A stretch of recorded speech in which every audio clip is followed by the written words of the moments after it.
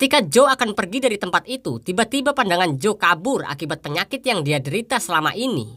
Setelah pandangan Joe perlahan kembali pulih, dia melihat seorang wanita penari yang tidak lain adalah Maisie terinjak-injak. Dengan cepat, Joe segera mengambil ponsel Maisie yang jatuh dan menyelamatkan dirinya. Namun tiba-tiba penyakit Joe kembali kambuh, dan saat Maisie akan memberikan segelas air pada Joe, tiba-tiba Joe sudah menghilang.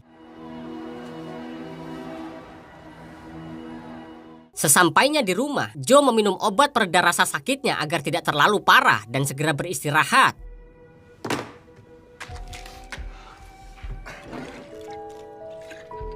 Keesokan harinya, Joe langsung memeriksa kesehatannya pada seorang dokter khusus yang bernama Keegan.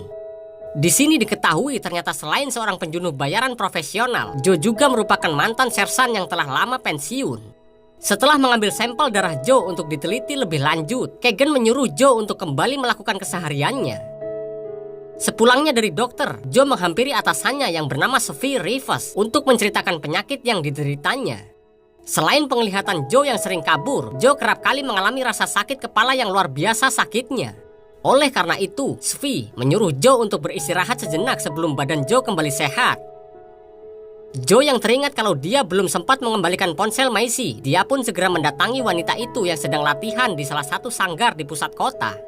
Ketika Joe bertemu Maisie, di situ Maisie yang tampaknya menyukai Joe mengucapkan terima kasih dan langsung memberikan nomor ponselnya dan mengajak Joe makan malam dengannya. Saat di perjalanan pulang, Joe yang mempunyai rasa ragu sempat membuang nomor ponsel Maisie sebelum pada akhirnya Joe kembali mengambilnya. Kemudian, di kediamannya, Joe yang terus memikirkan tentang wanita itu, lalu dia mencoba untuk mengirim sebuah pesan teks pada Maisie dan menerima ajakannya untuk makan malam. Malam harinya, saat kencan pertama mereka, Joe dan Maisie tampaknya mempunyai beberapa kemiripan dan saling suka satu sama lain.